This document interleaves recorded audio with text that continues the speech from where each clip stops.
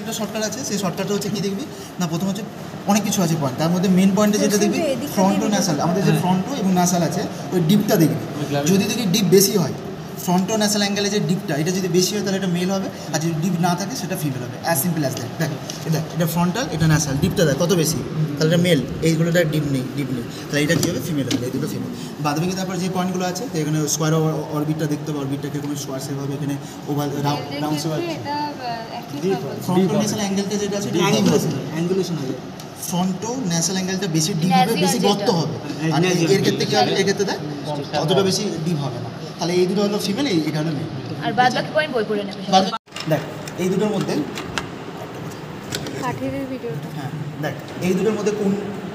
এই তিনটের মধ্যে আছে,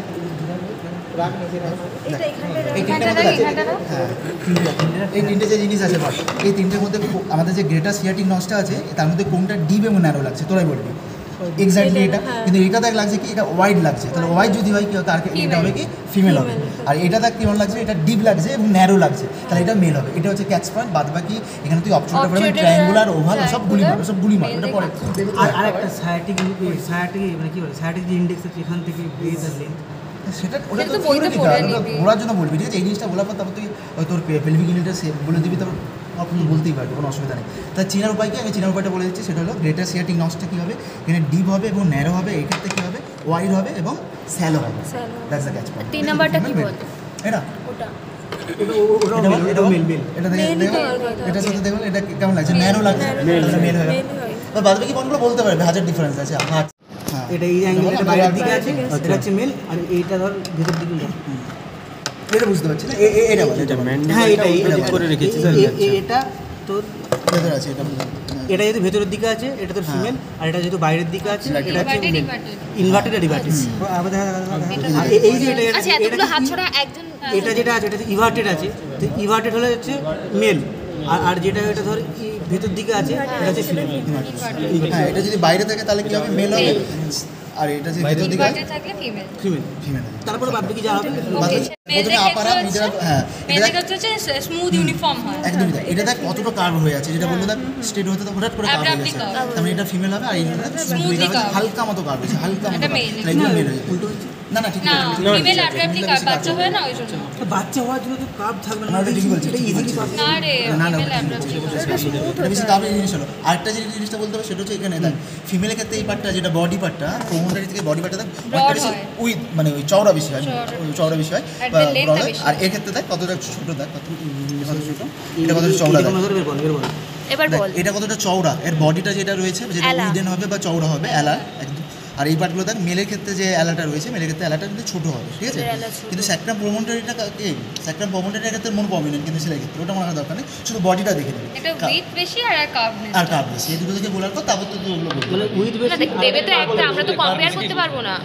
একটাই তো স্যাম্পল থাকবে, তো আমরা কম্পেয়ার তো করতে পারবো না, তো সেই কার্ভটা দেখে চিনতে পেরে যাবে এটা অ্যাব্রাপ্টলি কার্ভ হচ্ছে, যেটা ভালো পয়েন্ট বলে অ্যাব্রাপ্টলি কার্ভ হচ্ছে, ঠিক আছে? আর এগুলোতে অতটা কার্ভ হচ্ছে না, দেখ যোগ করতে হবে, ঠিক আছে? আর পার্সেন্টাল ফর্মুলা ক্যালকুলেশন করার জন্য এটা 27%, টিবিআর যদি হয় 22%, আর তারপর তোর হিউম্যারাস যদি হয় সেটা 21% হবে। এটা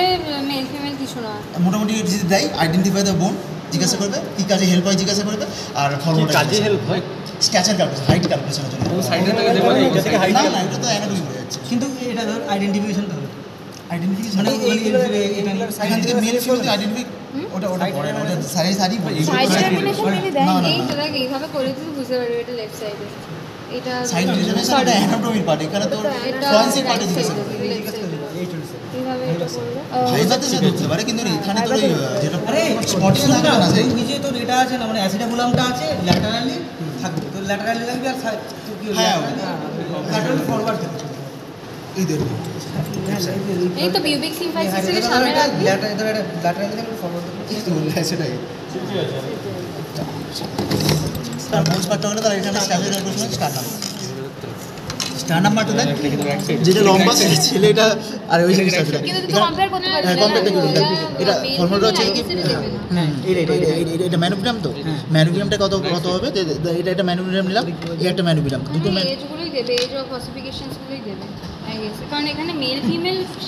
চিনবে না মেল ফিমেলটা দেবে না এটা চিনবে কি করে তাও ঠিক এটা তোর হচ্ছে দুটো ম্যানোগ্রাম লিনটা যে 2 * বডি বেশি হলে এটা হয় ঠিক আছে ওরকম করে বলতে হবে হ্যাঁ এটা মেল এটা ফিমেলটা দেখ ছোট হবে এই দুটো যদি মাপিস এর সাথে বডি সাইজটা ছোট হবে নামটা নেই এখানে সিপি স্টার এটা মেনে এজ ডিটারমিনেশনের জন্য দেবে। এইটা কোন এজে ম্যানোপ্রিয়ামের সাথে বডি, সিপি স্টার নামের সাথে বডি, টোটালটা কি 65 এ 65 60 70 এরকম 60 না 60